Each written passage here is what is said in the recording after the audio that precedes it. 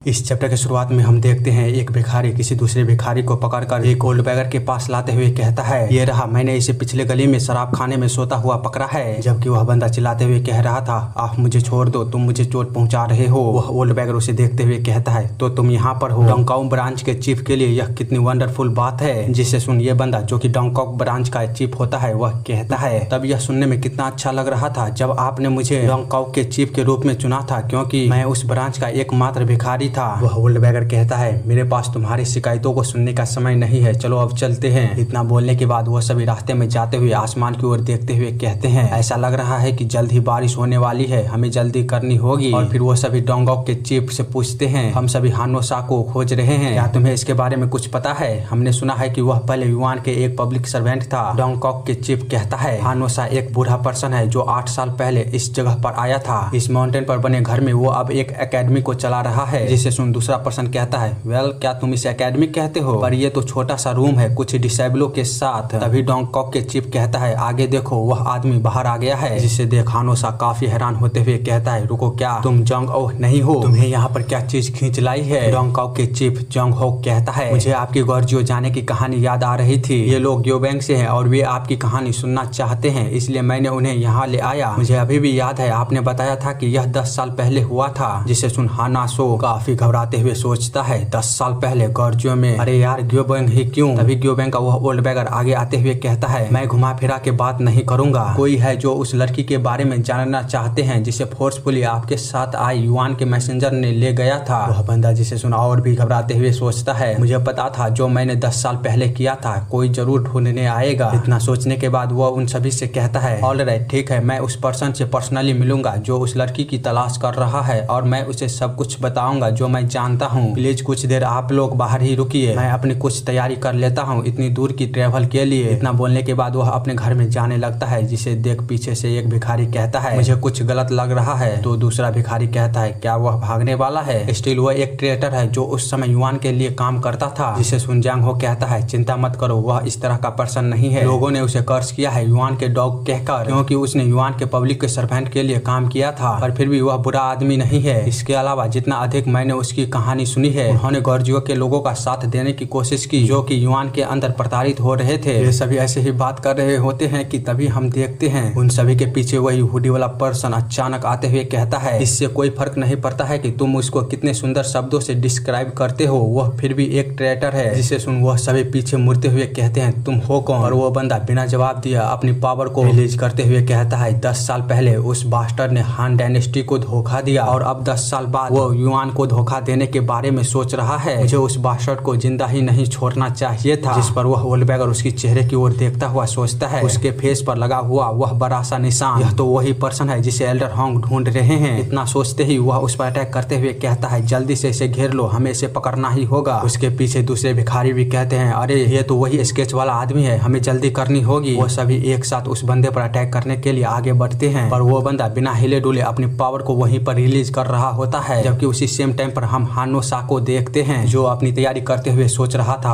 आखिरकार वह दिन आ ही गया। क्या यह राहत की बात नहीं है कि अभी भी कोई है जो उस लड़की को याद करता है? शायद वह उस लड़की की फैमिली होगी। मैंने अब तक जो जीवन जिया है उस पर मुझे कभी भी शर्म नहीं आया, चाहे दूसरे लोग जो कुछ भी कहे। लेकिन गोर्जियो में युआन के साथ एक पब्लिक सर्वेंट के रूप में मेरे अंतिम वर्ष में घटी घटना मेरे दिल पर अब भी काफी बड़ा बोझ है। वह लड़की जिसे ट्रिब्यूट के रूप में प्रेजेंट किया गया था, हम देखते हैं वह लड़की कोई और नहीं नूना होती है। वो रोते हुए अपने भाई जियोक्सन और सायू यानी कि डैन को याद कर रही होती है। और अगर किसी को समझ नहीं आया कि यहाँ पर चल क्या रहा है तो मैं आपको बता दूं, यह तब की बात होती है जब जियोक्सन को मारने के बाद डैन को अधमरी हालत में एक बड़े से पेड़ पर लटका दिया गया होता है मरने के लिए, और नूना को किडनैप कर लिया जाता है। वह हानोसा सोचता है, हमारे सीमा पार करने के बाद भी उसके आंसू अभी भी रुक नहीं रहे थे। 10 साल बीतने के बाद भी मैं उसे नहीं भूल सकता। इतना सोचते हुए वह जब बाहर निकलते हुए भिखारियों से कहता है, लगता है बारिश होने वाली है, जोंगहन क्या हमें अभी निकलना ठीक रहेगा? वह इतना बोल ही रहा था कि तभी जोंगहन उसके सामने उड़ता हुआ आकर गिरता है। जिसे देख वह काफी हैरान होता है। वह हुडी वाला पर्सन सभी भिखारियों को मारने के बाद कहता है, तो आखिर में तुमने ग्योबैंग के साथ समझौता कर ली और हमें धोखा दिया। मैं चाहता था तुम इसी तरह अपने जीवन को जीते रहो, पर अंत में तुमने गलत चॉइस को चुन लिया है। जिसे सुन ये बंदा घबराते हुए कहता है, आखिरकार तुम्हारे जैसे पोजीशन वाले पर्सन यहाँ पर कैसे हो सकता है? जिस पर हुडी वाला पर्सन कहता है, ब्लैक ब्लड का रूल एक सुप्रीम रूल है जिसे कोई नहीं तोड़ सकता। मैं as a man of the black blood तुम्हें मार डालूंगा। जिसे देख वह बूढ़ा पर्सन भी डर जाता है और फिर इसी के साथ सीन कट हो जाता है और किसी दूसरे जगह को देखते हैं जहाँ पर कोई कह रहा था क्या उसे मार दिया गया है? क्या तुम सच में हानोसा के बारे में बात कर रहे हो? 4 लेवल 4 के डिसेबलों के साथ उसे मार दिया गया। मुझे बताओ उस पर्सन के बारे में पता चला जिसने उन्हें मारा है? वे 5 पर्सन कहाँ पर है जो उसमें मैसेंजर के रूप में भेजा गया था? अगर हानोसा ऐसे मारा गया है तो हम नहीं जानते हैं कि दूसरे के साथ क्या होगा। जिसे सुन ग्योबैंग का चीफ कहता है मैं माफी चाहता हूँ। गोल्डबैगर कहता है अरे यार कौन ऐसा पर्सन हो सकता है जो इनोवी का ट्रायल नहीं चाहता है? हमें खोजना होगा किसने उन्हें 10 साल पहले असाइन किया था। इसके अलावा यह देखते हुए कि हमारे उस कॉन्टेक्ट के तुरंत बाद उसे मार दिया गया, ऐसा लगता है जैसे कि वह पर्सन 10 साल से हानोसा पर नजर रख रहा था। शायद मुझे इसे किंग ऑफ वार के साथ डिस्कस करना चाहिए। जिसके बाद हम नामगोंग फैमिली को देखते हैं जहाँ पर च्योरंग के आगे से एक ब्लैक लेडी उससे पूछ रही होती है वह अभी कहाँ पर है। च्योरंग बताती है वह अभी ग्रेट हेवनली मर्चेंट ग्रुप के